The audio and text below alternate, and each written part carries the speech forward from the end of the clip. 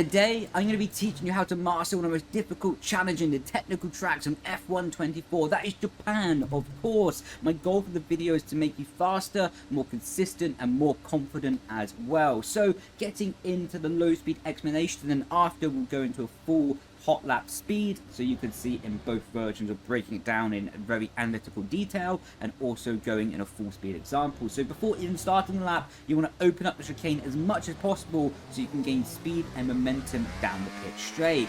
You want to be keeping your car to the middle of the road as you open up the DRS, quite simply because there's a lot of bumps on this track. On F124 in general, so you want to be avoiding them so you can run the ride height as low as possible and not get the car bottoming out down the straight, what will of course cause friction, and that friction will slow you down. Then coming into corner 1, this is easily flat out and it is only used to set up corner 2. Corner 2 braking zone is when you get straight on the outside curbing, when the car is straight I should say, or when you are parallel with that outside curbing, then you can hit the brake. You have two choices of gear usage you can use here. You can either use it in 4th gear, and I would advise this if you're not that confident and you need to really slow down the car. But if you're feeling really confident, then you can take it in 5th gear, carry more momentum, carry more speed, but of course that comes at the risk of the car understeering because you're in a higher gear and you're really sort of pushing the car more throughout the corner. Really critical here not to use the inside curbstone, as there's a lot of camber in the track, and if you use the inside curbstone then you're going to lose out from the ability to utilize the camber to its maximum grip potential. In a very simple summary, the more camber you have in the track, the more grip you have, and if the track has negative camber, like you see sometimes on some corners, Abu Dhabi hotel section comes to mind, that has a negative camber, so you actually are falling away from the track, whereas something like this has a positive camber and then gives you more grip as a natural result of it. So that's why you don't want to be using the inside curbing on corner 2 Japan. You want to be using as much road on the outside as possible, right up to the white line, and then pulling your car to the right hand side of the track before opening up one of the best sequences in motor racing history. Through the sequence here in Japan, you want to be using the curb on the left hand side of the track. The reason for this is you get to do less distance and you're able to set up the following corner even better. Although it will unsettle the car a little bit, it's something that you have to live with and have to manage as well. The same is true for the next apex, that you want to be on the inside curbing. It does unsettle the car a little bit, but if you can manage that car being unsettled, then you'll gain so much lap time and so much confidence from just being able to do it, to be honest.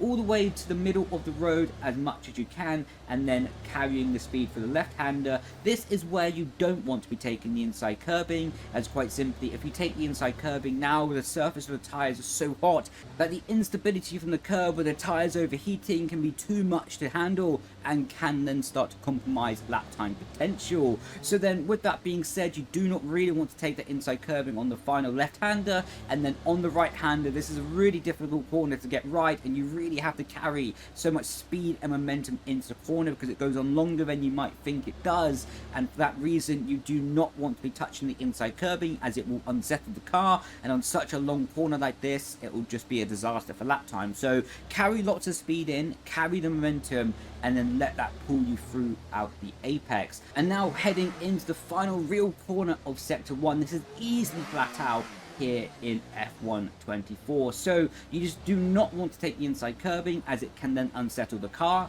but if you don't take the inside curbing then it's easily flat out and you're just trying to take the minimal resistance on the tires as you go up and over the hill. You can use the exit curbstone if you need to for the extra road, but just be careful not to hit the grass as you're trying to re-enter back to the normal racing line. Easily flat out for the kink left, not really a corner to be honest, and then you enter the first corners of sector 2, and this is really high speed, high commitment stuff, and you want to be completely flat out on the throttle and using all the way on the inside curbstone. It looks quite big, it looks quite aggressive, but the car can handle it on this year's iteration of the Formula 1 game. And then on the exit, you can bring the car on the exit curbstone if you want, but try to always be braking on the normal track. Otherwise, if you're braking on the curbstone, you might end up pinching the grass, and that can be sending you into a big lockup and sending you into the wall, depending on the severity of how much grass you've taken.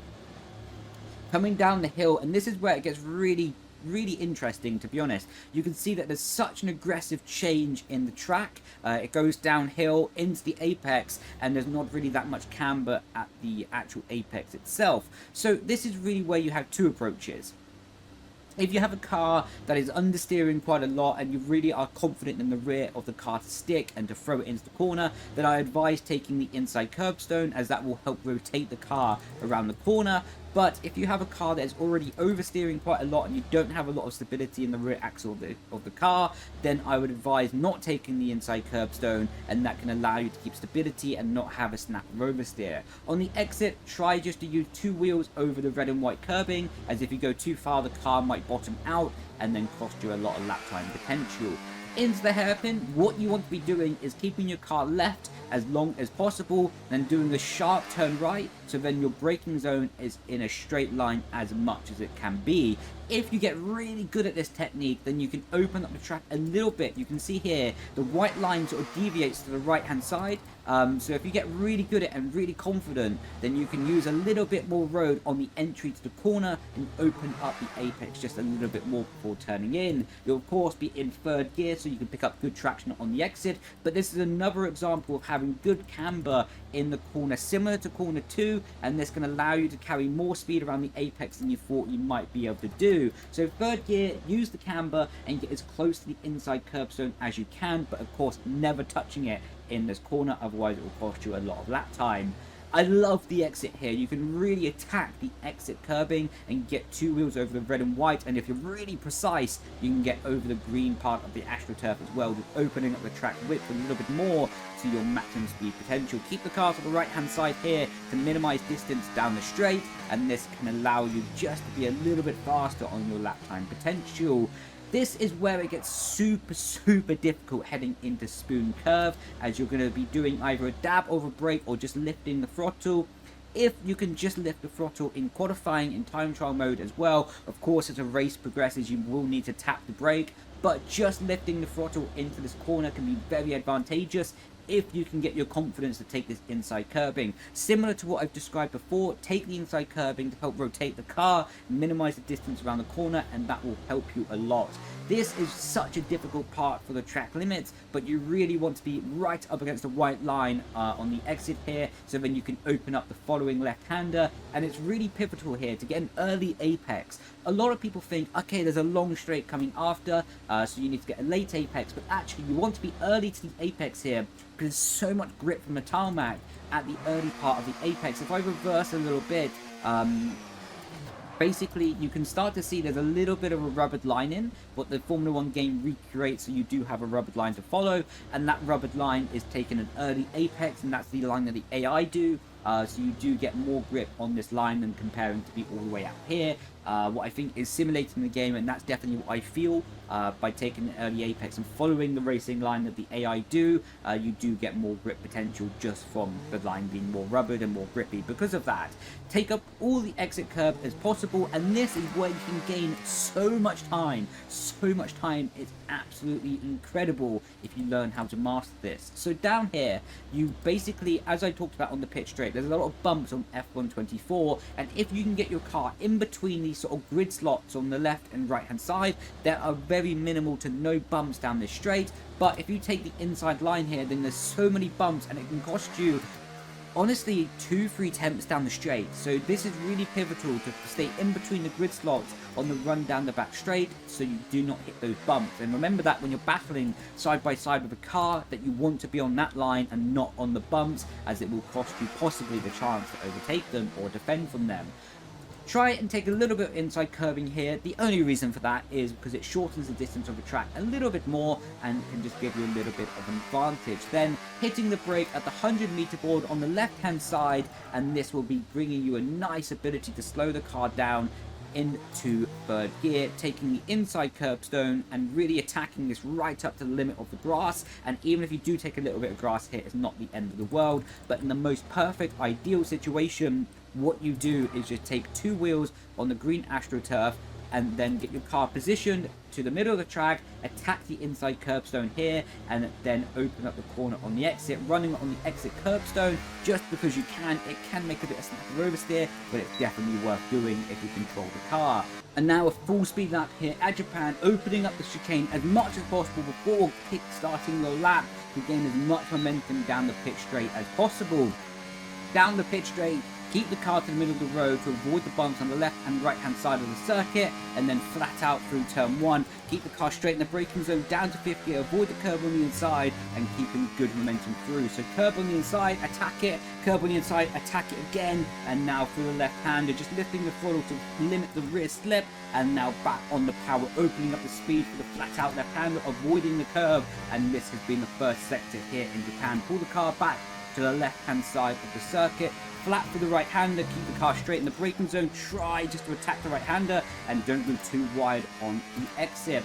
Keep the car straight for the braking as much as possible, down to 3rd gear, and just keep the car tight, and then back on the power and use up all the road possible as well.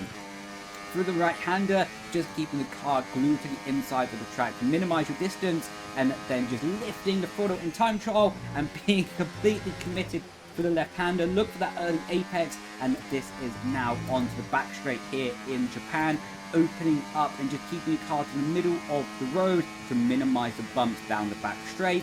And now into 130R, nibble the curb on the inside to minimize the distance, 100-meter board, hit the brake, down into 3rd gear, use the curb on the inside, use the curb on the inside again, and now back on the power. And this is a full speed lap here in Japan. We're opening up DRS, and now we're going to get into showing you the setup that's in time trial, and something that could be good for you to be using at home as well. So of course we have 48 44 wings, 150 90, and then all the way to the left, and then 41 5, 21 21, 25 61 as well, then 100% 54, and then maximum tire pressure. Something, to be honest, that I would recommend you doing is just putting the off-throttle differential down to maybe 35-30%, just to help the rotation of the car, as having 50% off-throttle differential is quite aggressive, to be honest, and can be bringing a lot of understeer. So that being said, hopefully you found this video helpful, informative as well, and can improve you as a driver, and this is always the ambition of these types of videos for me. So anyway, thank you so much for watching. I've been Brendon Leigh, and I'll catch you in the next video. Glad to visit. Ciao, ciao. Bye-bye.